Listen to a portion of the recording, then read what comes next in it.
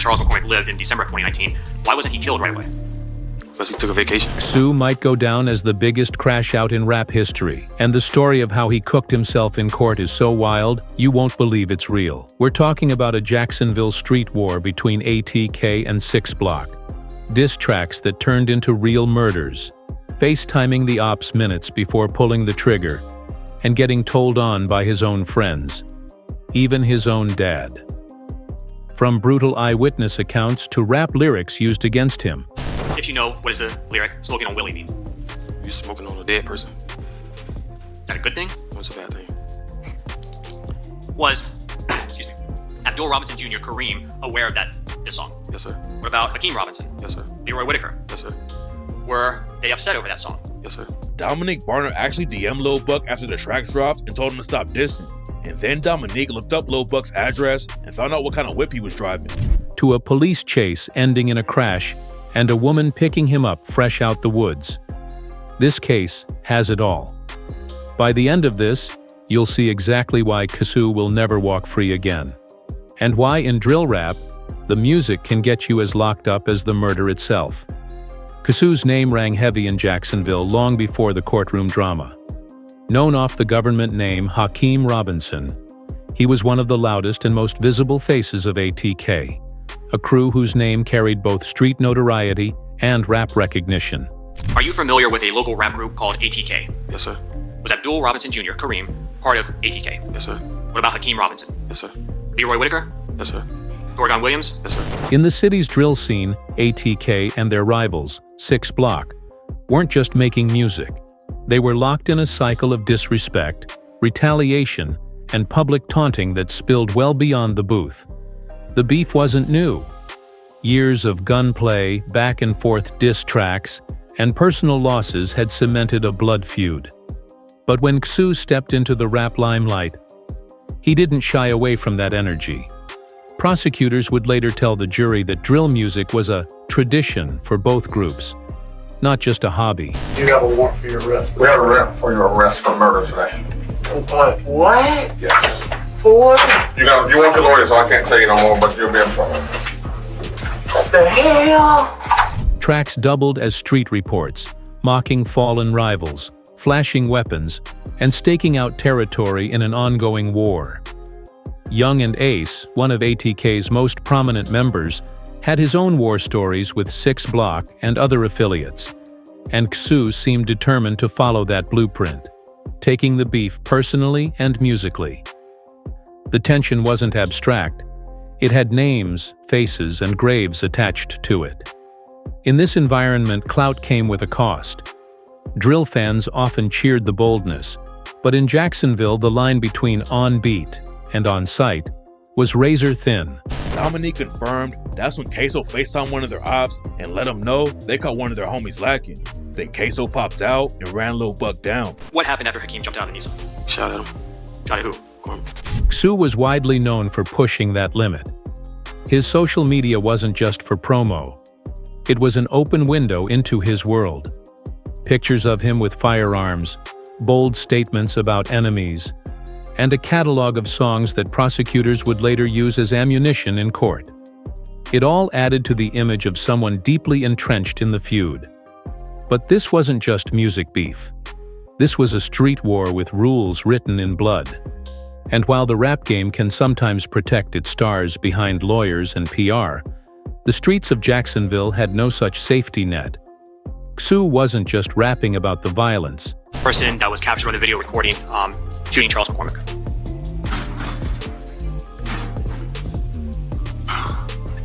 My son. What's your son's name? Hakeem. According to prosecutors, he was part of it. That reputation would make him both a feared figure in his city and a prime target for law enforcement watching the drill scene closely. When the smoke finally settled, the stage was already set. A young rapper chasing notoriety, caught in a gang war, and heading straight toward a courtroom that would decide his fate. The case that would ultimately bury KSOO in a life sentence started with the murder of Charles "Lil Buck" McCormick, a 6 Block affiliate with his own role in Jacksonville's tangled web of beefs. As I was driving, I could, hear I could hear Willie making this guggling noise, and I hold his hand while I was driving. You know, because I didn't want him to die, feel like he died alone. Kill a nigga, then go get my toes done. Then go get my toes done. Those are his words that he attached to a video. Prosecutors said this wasn't some random shooting. It was payback. 1 year to the day after KSOO's brother, Abdul Boss Goon Robinson Jr. was killed, KSOO and his cousin Leroy Scotty Whitaker went looking for revenge. On that anniversary, they allegedly spotted Lil Buck outside, heading toward his car. According to witness testimony, KSOO waited until Lil Buck got in, then ambushed him. The shooting was brutal. Prosecutors painted a vivid picture for the jury. Bullets tearing through muscle, bone, and brain, with Lil Buck collapsing before KSOO stood over him and fired a fatal shot to the head. Teeth and fragments of skulls scattered on the pavement. Details the state leaned on to emphasize the ruthlessness of the killing.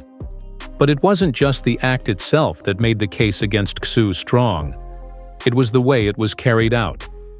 In one of the trial's most shocking revelations, a witness testified that KSOO FaceTimed one of Lil Buck's friends moments before the shooting and bragged, "We caught your boy slipping."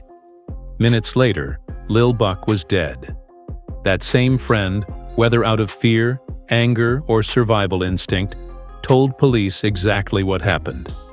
In the streets, this kind of move might have been meant to send a message, a psychological blow to the other side. But in the courtroom, it was a smoking gun of self-incrimination. Prosecutors didn't have to rely on vague theories. They had direct testimony that KSOO announced his intentions before pulling the trigger. Defense attorneys tried to counter, casting doubt on the credibility of witnesses and suggesting misidentification. They argued that KSOO's size didn't match the shooter caught on surveillance footage, but the prosecution had photos from social media showing KSOO with guns, wearing similar clothing, and matching the build in the videos. In the jury's eyes, those images told a story, one that backed the state's version, not the defense's. Still, this was only the beginning. As the trial unfolded, more damaging testimony came, not from rivals, but from people KSOO once called family. If the FaceTime flex wasn't enough to sink KSOO, what came next sealed it. The state's witness list started to look like a family reunion, except everyone was there to testify against him. First up was Dominique "Butter" Barner, a longtime associate who'd been with KSOO and Scotty that day. After the shooting, they sped off together, police in hot pursuit. The chase ended in a crash, and everyone scattered. According to testimony, Scotty and Butter broke into a home and kidnapped a woman to hide from police. Sue, meanwhile, fled into nearby woods. Witnesses in the neighborhood saw him emerge, sweaty and frantic, before getting picked up by a woman named Natalie. On the stand, Natalie recounted exactly where she picked him up, how she was called, and even that she saw a map on a phone guiding her there. That map, prosecutors implied, was KSOO's lifeline, and another piece of evidence placing him at the scene. Then came the bombshell. Butter had flipped. Facing decades behind bars, he cut a deal and testified in detail. He confirmed ATK was a gang, that KSOO and Scotty were members, and that the beef with Lil Buck was rooted in a diss track aimed at KSOO's brother.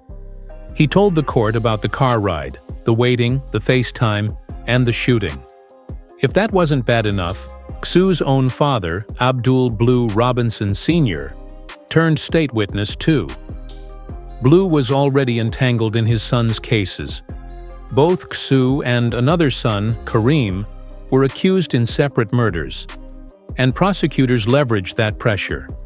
Blue corroborated parts of Butter's account, further tightening the noose. The defense tried to paint both men as liars, bargaining for lighter sentences, but the jury wasn't buying it. Butter's and Blue's stories aligned with surveillance footage, phone records, and physical evidence. It wasn't just words. It was words backed by receipts. At this point, KSOO's trial wasn't a fight over if he did it, but how much time he'd get. By the time prosecutors got to the rap lyrics, KSOO's case was already in shambles. But this part drove the nail in. Dominique "Butter" Barner testified that Lil Buck had released a diss track disrespecting KSOO's late brother, Boss Goon. In the track, Lil Buck allegedly used the phrase "smoking on," a slang term for celebrating the death of an enemy. According to Butter, this lyric was the direct spark for KSOO's revenge. The prosecution then played several ATK diss songs in court, breaking down the coded street references for the jury. They explained how Jacksonville drill music often served as both a scorecard and a taunt, with each track escalating the violence. Prosecutors argued that KSOO's music wasn't just entertainment, it was confession and motive rolled into one. On the stand, Butter identified members of ATK by name: Hakeem Robinson, KSOO, Kareem Robinson, Leroy Whitaker, and others, and confirmed they were all aware of the diss and upset about it. The state's point was clear. This wasn't random street violence. It was a targeted, gang-motivated execution with an anniversary date chosen for maximum symbolic impact. Adding to the damage, social media photos of KSOO holding firearms identical to the murder weapon were shown to the jury. The defense objected, arguing they were prejudicial and didn't prove he was the shooter. But the prosecution countered that the images established familiarity and access to the type of gun used in Lil Buck's killing.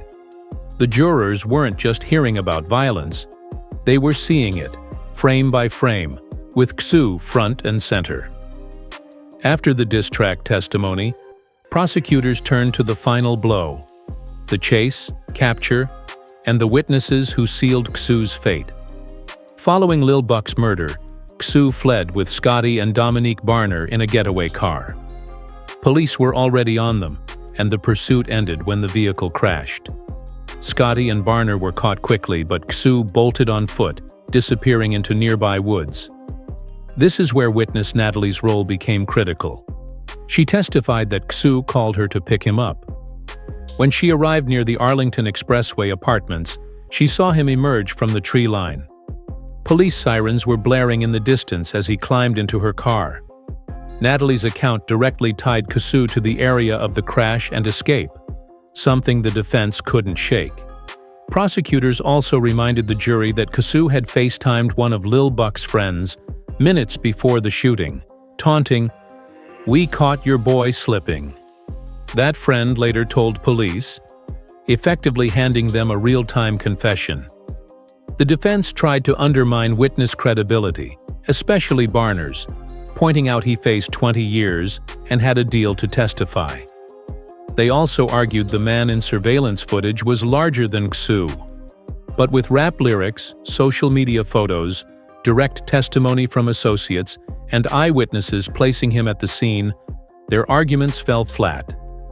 When the verdict came, it was no surprise. KSOO was found guilty of first-degree murder and sentenced to life in prison. In the end, his own music, his own friends, and his own choices built the case against him. And just like that, the book is closed on KSOO. From the streets to the courtroom, every move he made only pushed him closer to a life sentence. Snitches, social media, diss tracks, and pure recklessness. It all caught up to him. If there's one lesson in this, it's that in the world of drill, the line between entertainment and evidence is razor thin, and once you cross it, there's no going back. But that's gonna wrap up today's breakdown. If you rocked with this deep dive, make sure you smash that like button, hit subscribe, and turn on those notifications so you don't miss the next one. We drop new videos every single day. It's your boy, signing out. Stay safe, stay smart, and I'll catch y'all in the next one.